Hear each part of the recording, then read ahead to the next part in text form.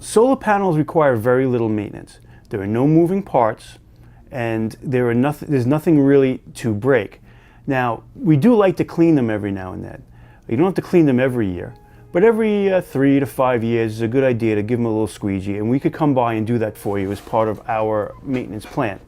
Now, what we do is we monitor your system. So we actually have a person on a computer that can look at every system that's out there that we installed and see if there's anything wrong.